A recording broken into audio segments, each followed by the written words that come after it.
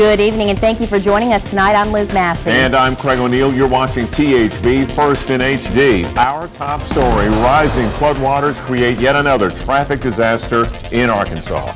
The White River is inching onto Interstate 40 in Prairie County. The state shut a section down near mile marker 202 just about 4 hours ago. THV's Max Siegel is live along I-40 with the latest. Hey, good evening, Craig. Here along this stretch of I-40 at Kerr Road in Lonoke County, traffic moving just fine at this 6 o'clock hour, but a much different scene further down the road in mile marker 202. That's where the westbound lanes of I-40 are closed. And if we could, let's go right to the video now and show you the scene that we shot earlier this afternoon in Prairie County, the White River flooding the westbound lanes of Interstate 40 and backing up traffic there. It sounds like I'm hearing that video now showing the scene there. Highway officials, state highway officials are urging folks to avoid this area in both directions if you can tonight, calling it a real inconvenience. Those are the words that came from Glenn Bullock, a spokesman for the state highway department, at a press conference this afternoon. Now, as for detours, the Highway Department is detouring westbound traffic at Brinkley onto Highway 89 North. We should have a map to give you the specifics there on your screen now. Eastbound lanes, they are not closed at this point, but the Highway Department calling this situation imminent in the eastbound lane, so any moment now it could change and they could be shut down. Detour there is set for Hazen if they move forward, again with eastbound shutting down the eastbound lanes. Highway officials basically right now scrambling to get all this information out to drivers. We're trying to get the word out from Oklahoma to the other side of Tennessee. It's imminent that I-40 is going to close, eastbound and westbound. Now, Bullock says they have a crew, staff on call to make the call on that eastbound situation. Again, they are not closed yet, but they've got workers on call to make that call again when they have to do that. We will, of course, bring that information to you when we get that. As far as the westbound situation, a statement from the State Highway Department said this afternoon, quote, "It is impossible to project when those lanes will reopen." Craig, back to you. All right, Max Siegel live tonight along I-40. Thank you. And for more on the detours, we have detailed instructions and a map on today'sTHV.com. Just click on the story. Drivers traveling through the Jacksonville area today woke up to some good news. All this week, Highway 67 and 167 has looked like this and was shut down near Jacksonville. Well, today, the highway is mostly back open. The water has receded, and as of now, only one southbound lane is closed.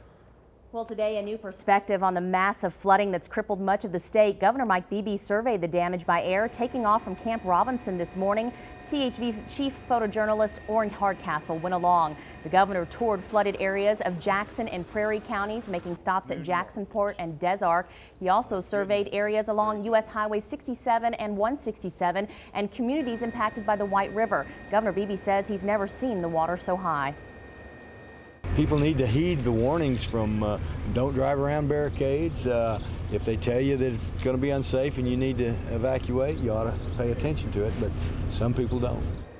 We will have much more on the governor's flyover tonight on the THV 10 o'clock difference. Arkansas's weatherman Ed Buckner joins us now with a first look at your forecast. It just kind of hits you when you realize that folks are still dealing with weather-related problems, and it's been dry now for over 2 days, and we've got several more days where we will see dry and quiet weather. So at least that part of the spectrum, things are cooperating. Here's a satellite and radar. Nothing there to show you. A couple of clouds earlier today, but high pressure really building in, and that means lots and lots of sunshine. Current temperatures a little bit below average, about 10 degrees cooler than average, but nice. 69 here, 60 in Nashville, and 74 over in Oklahoma City, 73 in Dallas. Some of that slightly warmer air will try to move in tomorrow, but we really won't see a big warm up until later in the week. 48 our overnight low, and 74 for Thursday afternoon with lots of sunshine. But by the weekend, Saturday and Sunday, could be looking at highs in the 80s. And North Arkansas, a slight chance for rain tomorrow night. We'll talk about all that coming up. All right, thank you, Ed. Water problems continue for the city of Clinton tonight. High sediment levels resulted in a boil order last week, which was just lifted an hour ago. Then bottled water given out by the city was recalled when the health department learned it too may be contaminated. THV's Meredith Mitchell spent the day in Clinton and joins us in the Information Center with more on this story. Meredith? That's Meredith in the having a little mic trouble there. She said that the boil order was placed and then bottled water was given to residents and recalled. Very good. Packages of bottled water began trickling back to a water distribution center in Clinton Wednesday. Residents were given the water to cope with the recent boil order. But after the Arkansas Health Department issued a recall, the city wants it back. I think we distributed about 13, 14 semi-trailer loads of water. Now we've got 16 pallets that we're looking for to get back right now. Mayor Roger Rory says the city bought some of the water and some is donated. Now the Mountain Pure bottled water may contain mold. The initial water problems began last week when debris from Greers Ferry Lake began flowing into water intakes. This slowed the plant's production and treatment. What we're up against has kind of got us mystified because we haven't experienced this before. We've experienced dirty water a lot of times, but not what we're trying to treat now. We've never experienced it, and it's just real high turbidity, which is the percentage of dirt in the water. The mayor says the good news is residents still have running water, even if it's not up to drinking standards. We can wash our clothes. I shower in it. It's safe for everything except drinking.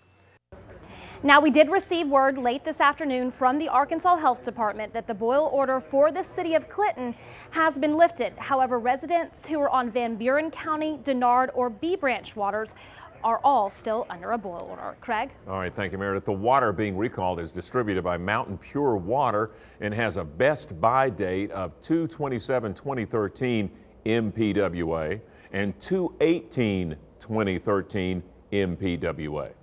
The record rainfall across the state leads several Arkansas counties to enact emergency action plans. The National Weather Service is observing major flooding in southeast Arkansas's Monroe County. The White River runs through the city of Clarendon. It's currently risen to about 33 feet. Weather Service officials expect it to rise up to 5 more feet in the next few days. But Mayor Jim Stinson says he's not concerned about floods. If our levee was weak, I'd be worried about it. But our levee was inspected last year, and they said it's one of the best levees they've seen. The Jefferson County Office of Emergency Management says that area has been flooded for several days, and several homes and businesses already have sandbags. At this time, they are not taking any extra steps to prepare for additional floodwaters. And in Arkansas County, County Judge Sonny Cox says he believes the floodwaters are still 2 to 4 days away from that area. In a THV update, still no sign of a Lonoke County man authorities believe was swept away by floodwaters yesterday. Search crews were back out at Highway 236 today trying to find any sign of Carl Hess of Ward. Authorities say Hess was on his way to work when he went around barricades and was swept off the road by floodwaters. He reportedly called his wife to say his truck had stalled and he was in water up to his neck. Despite sunny skies and nice weather the past 2 days, many Arkansans are still dealing with a big annoyance, standing floodwater, and it's not only annoying, it can be dangerous. THV's Lauren Clark shows us why. Clean flowing water inside could be the difference between health and illness if you come in contact with standing waters outside. With recent flooding across Arkansas, many people have puddles and pools in places which normally remain dry. Ed Barham with the Department of Health says avoid them, even if they seem harmless. If you have to be in it yourself, as many of us are going to have to be in cleaning up the mess that's happening all over the place, be careful to wear boots or rubber gloves and goggles, because the water that's washed up into your yards and into your homes may be carrying a number of things that are kind of nasty. Barham reminds parents to be extra cautious about kids and pets because they don't know it could contain chemicals or even raw sewage. If you just even wipe your eyes or touch your mouth, your nose, you can carry some of that bacteria or the germs or the bad chemicals or whatever it is that's in that water right into your system. Flower pots, gutters, garages, all could be hosting bacteria or parasites. Dangerous materials such as glass, nails, and other debris could also be hiding in standing water. If you have splashed in these waters, be sure to wash thoroughly. your clothing, and your body. The thing you worry about the most are the things that can cause diarrheal illness and gastrointestinal illness.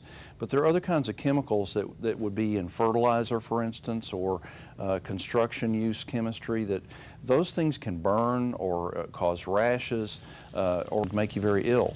In Little Rock, Lauren Clark, today's THV. We've also got precautions and contact information for poison control centers listed on our website at today'sthv.com.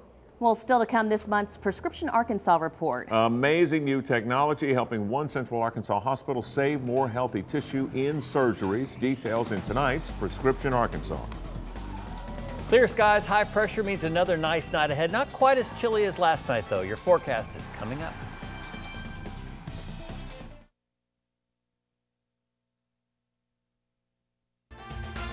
THV, first in HD. This is today's THV at 6. Tell you, the Weather Garden is the place to be this time of the year with the nice weather. I've seen people in the building out in the Weather Garden that I don't think have ever been in the Weather Garden before. Throughout the course of the day, they come out and relax and enjoy the Weather Garden Shack. Let's take a look outside. Our weather net from Heber Springs showing again a mostly clear afternoon. Just a beautiful day everywhere you go.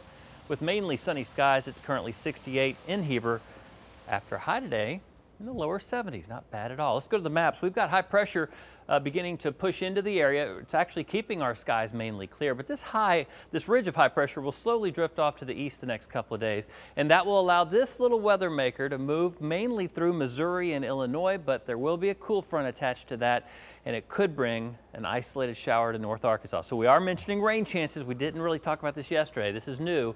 It should stay across North Arkansas, southern Missouri, as you'll see in a minute. 71 our high today, 70 the high in North Little Rock. We're at 69. It's just beautiful. Low humidity. The winds are light out of the southeast at 7, but notice they've shifted to the southeast. That's going to allow humidity to increase the next couple of days, and that'll of course help feed some of those showers if they do develop up north. Pressure's high at 30.31. Temperature-wise, it's pleasant everywhere, mainly low 70s and upper 60s. It's 67 in Searcy, 66 in Batesville, 69 in Benton, Sheridan, and Whitehall, 68 in England. Here's the way the forecast plays out. Mainly clear tonight, but as we head here into Thursday evening, that's when you see the line of showers and storms in Missouri, which a couple of them may extend down into the northern counties. This is Friday night around midnight. It shows rain moving towards central Arkansas. I think that's overdone. If we do get rain, it won't be heavy and it'll be quick moving. Again, mainly the north half of the state. Tomorrow night, we're going to go with a slight chance of rain. It'll be out of here Friday morning and back to sunshine and warmth for the next several days. Clear and cool overnight with a low of 48 degrees. Nice tomorrow. Sunshiny and mild 74. Our average high should be about 78. So still looking really good with a southeast wind at 5 to 10. And the rest of your forecast shows pretty nice weather with temperatures gradually warming into the 80s over the weekend with humidity increasing as well. Next week, some parts of the state could be pushing 90. Stay with us. We'll be back with more. Today's THV is sponsored by Coleman Dairy, by Superior Auto Group, and Prescription Arkansas by Baptist Health.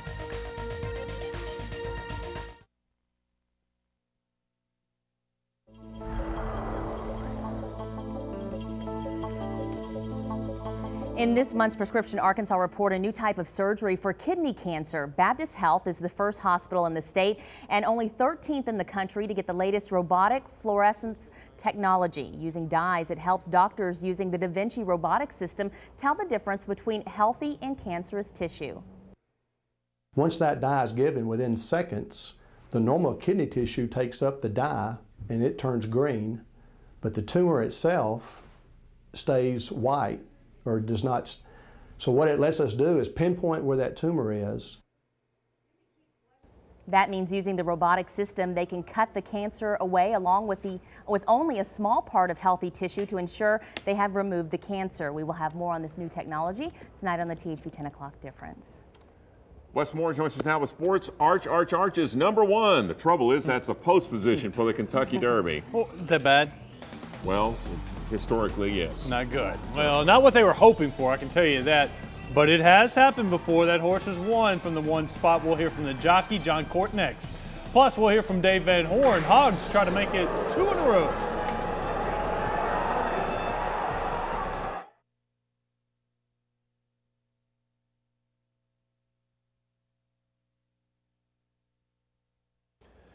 It'll be easy to remember what number Arch is Saturday at the Kentucky Derby. The Arkansas Derby winner drew post position number 1. Bob and Val Yagos, the owners of Arch, and trainer Jinx Fires were there for the post position draw. Arch is 10-1 on the early betting line. That's the 4th favorite. Only 2 horses in the last 40 years have won the Derby from the number 1 position. Winning Colors in 1988 and Ferndinand in 1986. Trainer Jinx Fires and jockey John Court, though, aren't too worried about the draw. Well, Jinx got the best attitude that anyone can have as a human being, and he just said that's the way the one horse we drew it, and we're just going to make it work. And your thoughts about it? That's a big boost of confidence. There's nothing negative about his attitude or what his outlook, and he not only boosts my confidence, but instills a lot of confidence in the outcome of whatever the race may become. And we'll be in Louisville for the Kentucky Derby. I'm leaving tomorrow. Reports start Friday. First pitch for Arkansas's game against Southeast Missouri State is just minutes away. The Hogs scored 5 in the first and 3 in the third to jump out to an early 8-0 early lead last night. Arkansas won 10-0 to pick up their 30th win of the season. True freshman Ryan Stanek gets the start tonight. Last night, the Razorbacks got their closer some work, and Dave Van Horn said that Nolan Sandberg looked pretty good. I thought he threw real well out of the windup and not real good out of the stretch. That's what I saw. So that's something we got to work on. But he had good stuff. He had a good breaking ball and good fastball. That zone seemed to be jumping around a little bit. The UALR baseball Trojans are getting a change of scenery tonight. They're playing number 10 Oklahoma at Dickey-Stevens Park. Ayanna Crystal joins us live with more. That's right, Wes. They're expecting a big crowd for tonight's game as the Trojans take on the Sooners. And as you can see, it's the perfect night to enjoy some baseball. Fans are just starting to fill the stands. And Coach Norwood said it's the perfect opportunity for Razorback fans to cheer against the Sooners. Now, the Trojans are coming off a road trip against the Ragin' Cajuns where they went 0-3. And before that, they had a home streak and also went 0-3 against Florida International. So Coach Norwood said they took their losses and now they're trying to piece together everything they were doing right. His main priority is playing consistent, and he thinks if they do so, the sky is the limit, and they're looking to bounce back against the top-ranked team at a big stage at Dickey-Stevens Park. We like it. It's a great opportunity. It's some things that we've talked about, hopefully doing even more in the future. And it's a beautiful park, and sitting in the surroundings in downtown here, it just gives our kids an opportunity to play in a pro park where they all have dreams of being one day anyway. I mean, obviously you get pumped up for every kind of game, but this is a big one. You know, everybody's a lot of guys from Oklahoma, and so, you know, coaches from Oklahoma. So, you know, we really want this one. But like I said, you want everyone. All right, well, game time is set for tonight at 7 p.m., and we'll have all those highlights for you tonight at 10. At Dickey-Stevens Park, I'm Ayanna Crystal for today's THV. All right, thanks a lot, Ayanna. And with the Trojans playing there, that means the Travelers are gone out of town. Travelers lost today at Tulsa. All right, we'll be right back.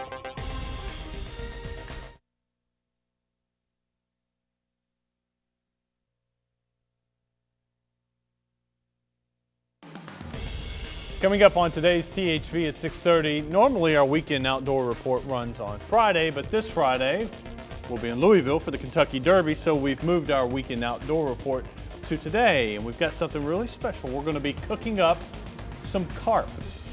Carp, really? Yes, carp. We'll see that the often. new white meat, carp. We'll see how that works out. The White House has decided against releasing the picture of a dead Osama bin Laden. Who do you feel about, how do you feel about that? Coming up in a THV Insider, we'll find out what some of you have to say about that, and we'll tell you what our policy is here at today's THV when something like that arises. Now, from Arkansas's news and high-definition leader, THV, first in HD. This is today's THV at 6:30. Hello, welcome to THV First in HD. I'm Dawn Scott. Here's a look at the day's top news stories. President Barack Obama says the White House will not officially release a photo of Osama bin Laden's body. Mr. Obama announced his decision during an interview Wednesday with CBS show 60 Minutes. The White House had been weighing the release of this photo, in part to offer proof that bin Laden was actually dead. However, officials had cautioned that the photo was gruesome and could be inflammatory. We will have more on this debate later in the show in a THV Insider. After Navy SEALs killed Osama bin Laden, they discovered $750 cash and a pair of phone numbers sewn into his clothing. All a sign the al-Qaeda leader was ready to run at a moment's notice. Right now, intelligence analysts are poring over computer equipment U.S. forces seized when they raided the compound. CIA officials are hoping to find valuable information. Speaking on Capitol Hill today, Attorney General Eric Holder says he has serious concerns about American safety from possible revenge attacks for bin Laden's death. Holder testified today he thinks bin Laden's death ultimately will make the U.S. safer, but he is still trying to assess the risk that terrorists may avenge this killing. President Barack Obama appears to be seeing a bump in his approval ratings in the aftermath of Osama bin Laden's death. The number spiked to 57% in a New York Times CBS News poll and 56% in a Washington Post Pew Research Center poll. It recently had been below 50%. Tomorrow, the president plans to head to the World Trade Center site in New York City to remember victims of the 9/11 terror attacks. Former President George W. Bush will not be joining him, even though Mr. Obama did invite him. Former president spokesperson says Mr. Bush chooses to remain largely out of the spotlight after his presidency, but that he continues to celebrate with all Americans. He says that this important victory in the war on terror. Floodwaters shut down a large section of Interstate 40 between Memphis and Little Rock today. Right now, the westbound lanes at mile marker 202 are closed, and the closing of the eastbound lanes, officials say, is imminent. That is near where it crosses the White River. Westbound traffic will be diverted at Brinkley and directed to Little Rock via Bald Knob. Eastbound traffic will exit at Hazen and be diverted to DeWitt before crossing the White River and back to the interstate at both Brinkley and Forest City. Better news for those traveling from Searcy, Cabot, and Jacksonville to Central Arkansas. This is what it looked like yesterday. Today, all but one southbound lane of Highway 67-167 is open again. And still no sign of a Ward man who is believed to have been swept away by floodwaters in Lonoke County. Search teams were back out along Highway 236 hoping to find some sign of Carl Hess. Authorities say he was on his way to work and apparently drove around barricades when his truck was swept away by floodwaters. His truck was found at the scene. A Hungarian liquor company has set up a vending machine in the airport at Budapest to give departing guests one last taste of their product. The machine is called a Schnapsomat or Schnapsomat. I'm not quite sure. It's in the presidential lounge. It dispenses brandy called Palinka, and that's a brandy made of cherries, plums, and apricots. It's free of charge. The lounge is mainly used by visiting diplomats who've spent the day attending some very stressful, sometimes heated meetings. Don't think you'll see that in any break room anytime soon, but it certainly looks invigorating. Craig said, choosing his words carefully. Your reaction to this issue of showing the photograph of Osama bin Laden has blown up on Facebook. Well, and Twitter and everywhere else all around the world, people have really mixed opinions about whether these photos should be released or not. And we'll look more at this in our THV Insider coming up later in the show. Also in tonight's Capital City cold case, police need your help solving a Christmas Day murder. Also, we have an update on a cold case from a couple of months ago. There's been an arrest in a case. We'll have the latest on that. Ed has a look at our forecast as well, and it looks like we need some drying out weather, and that may be what we're going to get.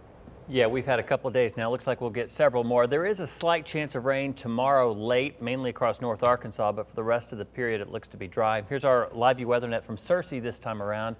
A little bit of a breeze there with clear skies and a current reading of 68 degrees. High today there made it to 71, so it is very pleasant, and temperatures continue to be a little cooler than average. But there is a warm up in store, and we'll talk about your extended coming up. Wes? Have you ever eaten carp? I know. No. You ate some, and you ate a little bit this afternoon, and it was good. You liked it. Does it taste like carp? Good. Yes, it was. I like it. Well, the details on cooking carp a little later. All right. Thanks so much, Wes. Well, stocks closed lower today. The Dow Jones Industrial Average fell 84 points. Here are the numbers. We'll be right back.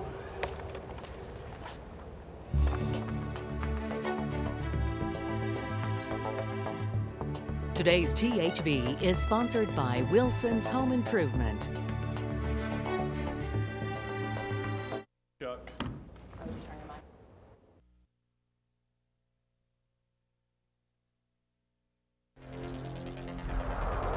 In tonight's THV Insider, the president's decision against releasing Osama bin Laden death photos. Today, President Obama revealed his decision on the CBS show 60 Minutes. He told our nation that showing such photos would potentially inflame Muslim anger and create a national security risk. The president also says he doesn't want them potentially used as propaganda tools. U.S. Navy SEALs killed bin Laden Monday. They stormed his compound in Pakistan, shooting him twice, once in the head, once in the chest.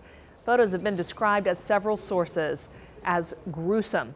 They sparked debate in the Obama administration, in fact. It was all an effort to strike a balance between addressing doubt that it was in fact bin Laden and unnecessarily offending the Muslim world.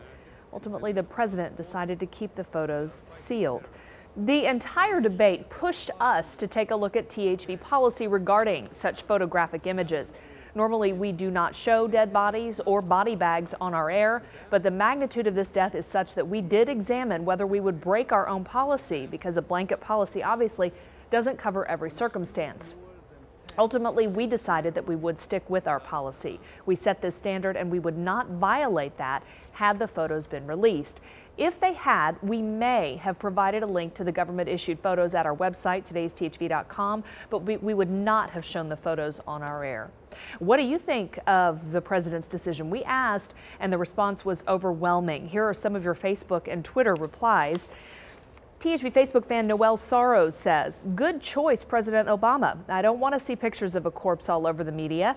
I take the president and military officials at their word. I have no reason to think that they would make up such a lie." Another THV Facebook fan, though, John Boren, writes, "Nope, don't agree. I believe that would give closure to some and hush up some of the conspiracy theorists. Why did we have to watch replay after replay of 9/11 and are not allowed to see this? Just doesn't seem right to me." On Twitter, at @tbassett1972 says, "You can argue it either way, but I think most of America wants to see them for closure. We had to watch American people jump out of the burning towers and see all the pain he brought to us. If you don't want to see them, you have that option." And at Josh Mesker writes, "Of course, it's hard to call a photo proof anymore, but what about the raid video instead?" We do thank you all for weighing in. Again, our goal is to bring transparency to what we do, letting you in on how we cover the news. Email me anytime, THVinsider@todaysthv.com, and I'll respond in this segment at 6:30. Much more coming up after a break.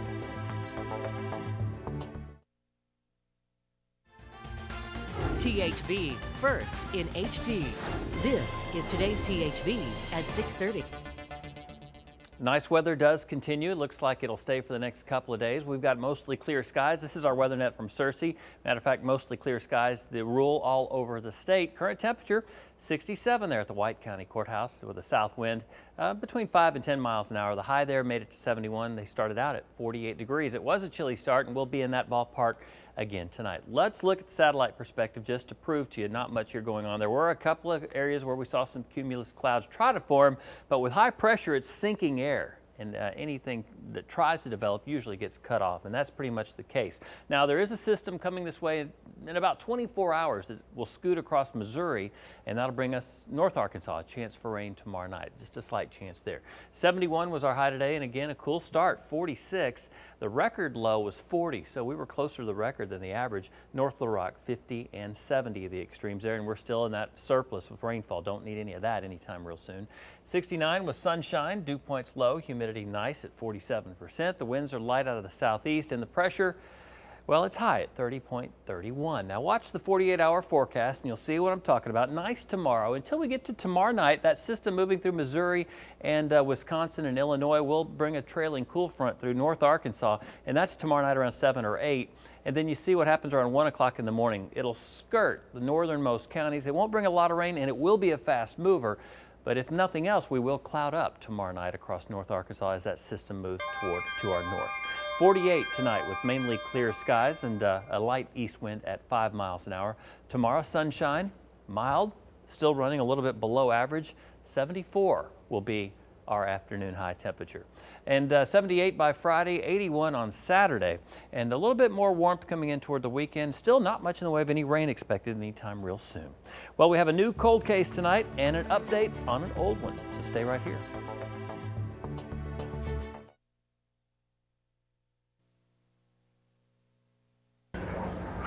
An attempted robbery leads to murder, and after more than 5.5 years later, still no arrests. In tonight's Capital City cold case, the cases may be old but not forgotten.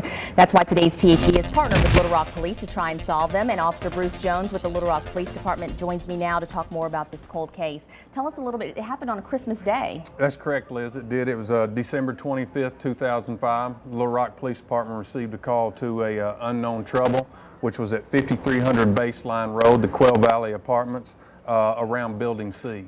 Now there were, tell us, there was 2 shooting victims. One survived, one did not. That's correct. The victims were Marcelino Velasquez, and that was a 37-year-old Hispanic male. He was shot several times and died from his wounds. The other was a Mario Cruz, which was a 35-year-old Hispanic male, and he was shot and subsequently recovered from his wounds. And they were brothers? That's correct. And this was an apparent robbery, I guess? Believe it was. From what we've been told, they approached their apartment or residence there. They were approached by 2 young black males as they were about to enter the residence who demanded their money. They refused to give them their money and were subsequently shot by either one of the parties. We're not sure who did the shooting in this, but one of the 2 young black males evidently fired several shots, striking both of them. And the brother that survived, was he able to provide any details? Did they know these suspects or have any idea at all? There appeared to be no relationship between them and the 2 men that shot him. He did provide some details. It's just not a whole lot to go on, really enough to sew the case up. Any other witnesses? No, and it was dark at this time, and so pretty late and or early in the morning as you'd have it, and there's just there wasn't a whole lot of witnesses who have come forward in this. What do you want to say to the public that maybe might know something about this case? Well, this is one of those where we have to have somebody call in. We know that there may have been somebody in that apartment complex that saw something or heard something. And even if it's just something small, Liz, we got to have it. We got to have some help from the community and call in and tell us if they know anything about this. All right, well, call police on this case and you can remain anonymous. Also, we have an update on another Capital City cold case we brought you a couple months ago. You may recall Anthony Terry was killed back in January of 2004. There has been an arrest in his murder. That's correct. Antonario Norris has been charged with capital murder, been served a warrant for capital murder in this case, and he was arrested in New York last week. All right, and he is coming back, and this is the case where you actually needed us to let the public, there may have been a female witness in the case. She did call and it led to the suspect. That's correct, and without going into depth about who called in or whatever, we did receive some additional information, and the detectives were able to piece that together and obtain an arrest warrant for Mr. Norris. All right, we'll have another update when he comes back to Arkansas. I believe we will. All right, Officer Jones, thank you. Wes Moore joins us now with a look at what he has coming up in sports. Wes? Carp, it's what's for dinner. Doesn't quite sound right, but the Arkansas Game and Fish Commission is trying to convince you and change your mind that carp is a good meal. Stick around, the details are next. All right, we've moved outside to the weather garden today to do a little cooking, filleting. You're going to show us a little bit about what is this big thing? Well, and I should announce our guest. I mean, he is a world famous chef from Louisiana, Philippe Parola. Yeah, celebrity is overrated. But yeah, this actually is a Asian carp. These are the invasive species of carp that are that come from actually China. They were introduced actually in Arkansas in 1973, and since then they took over, and we have them from Ohio State down to Louisiana State. It's not a bad thing, so because we're going to turn this to a beautiful ordeal. It's going to be a fairy tale when we're going to be done with that. Well, this thing is huge. Yeah, so it's got to have a lot of meat in it. Absolutely, and they get up to 100 pounds actually. Oh, wow. These are the silver carp. There's 2 species, the silver carp and the big head. This is a dangerous one, the most aggressive fish. They jump out of the water 15 feet in the air, and they can definitely hurt you really badly if you get hit by them. And it's an incredible scenario. We call them actually the silent killer. Silent killer, because they eat plankton, and that's a food source of all the larvae from all the fish, brams, bass, even frogs. The little baby fish must feed on plankton, and that's what it is. These fish eat all the plankton, so it's displacing all the other fish, native fish. So it's a big deal. So why isn't this fish more popular like to eat, like a catfish or something? Well, it is. We're going to talk about it. This is the meat of this fish. It's Wow. beautiful. It's Yeah. just like, I mean, look, redfish or tilapia or catfish. It's beautiful looking. It's white. It's nice. But if you put your finger here, you will feel the roll of bones. Yeah. All right. Well, I have fried over here some here. Let me kind of clean up my fingers. And, you know, we're going to take a little piece and we fry it here and we're going to cut it. You see how beautiful the meat is right here? It's white, it's flaky, just like crab meat. It tastes excellent. You can take a piece and try it yourself. It is just incredible. But we're going to go to the bottom of this. How do you like it? It's unbelievable, great fish. It's right? really good fish. So here is a bone that come out of this fish. Literally, the big bone, there's plenty of them. And that little boy here, that's a problem. Yeah. That's a huge problem. When you put your knife into it, you encounter bones right under the skin, in the middle of the fillet, all the way down. It's bones, bones, bones. And if any chef, any cooks, any sportsman try to cut this fish in pieces, because of the bones, they don't like it. They think it's a trash fish. Yeah. So the bottom line is, how can we, because it is so good, it tastes so good, how and what should we do to put this marketable, put it on the market? Well, it's to remove the bones. In a year and a half time, I have actually worked with food technician, food technology, food science, and so on, and I designed a process that literally would take the whole fish, and we can, from that fish, produce boneless fish fillet, pre-cooked, flavored, for the retail market and wholesale market, meaning that your wife will go to the grocery store and buy a frozen, beautiful a piece of fish, and you can put in the microwave and have a great dinner on the silver carp. Wow. Absolutely. Deboned. Deboned, totally deboned. No bones, no nothing. And it's a beautiful, wonderful deal. And the beauty about this, it's going to create jobs. It's going to put the fishermen back to work. It's going to boost the economy. And consumers win because they're having a great fish to eat instead of this 85% of fish consumption in this country is imported. You know that. It's a huge deal. Vietnam, China, India, Pakistan, Africa, you name it, all these countries shipping boatload of this fish over here. It's a huge ordeal, and it's unsafe because they are raised in polluted water and so on. It's amazing, and everybody can now start to understand this. We're having the best fish here. Look, no mercury because it's a filter feeder, you eat plankton. So very low in mercury, very safe to eat. High in protein, high in omega-3. This is the best kept secret. Look at what we're doing. We're going to bring that and dig gold out of this fish, create jobs, and bring the best fish there is to the consumers. Isn't it wonderful? It is a great idea. Thank you for your time. Appreciate your being here with us today. Not a Guys, problem. My back pleasure. to you. Sold. Wow. I am putting carp in our pond out behind our house. Forget the koi. The carp are all in. that out of fish. You got a carp ranch. Hey, it was a beautiful day to be out there eating carp. Cooking out in the weather garden. It's a nice night, too, for dinner outside or a walk. The nice weather will continue for the next several days. 74 tomorrow, 78 Friday. A little bit warmer into the weekend, but still, it looks like it'll be an extended So period. glad to see it. Yeah, so glad to see extended period of dry weather. Hungry? Yeah, you got any some more? carp? We had a big plate of it in the I don't newsroom know. today, and we all got to try a little bit of the carp, and honestly, it tasted like fish. Chicken. Oh. Fish. Very Tastes- light. Yes. White And and light. good source of protein, That's what except he you said. are It's frying it, but still, clean. yeah. Yeah.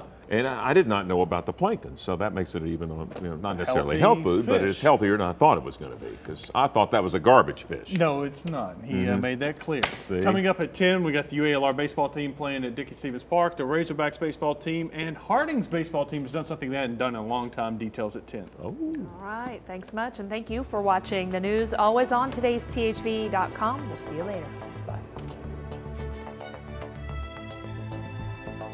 Thanks for making today's THV Arkansas's news leader and most watched television station. The latest news and weather are on today's THV.com 24/7.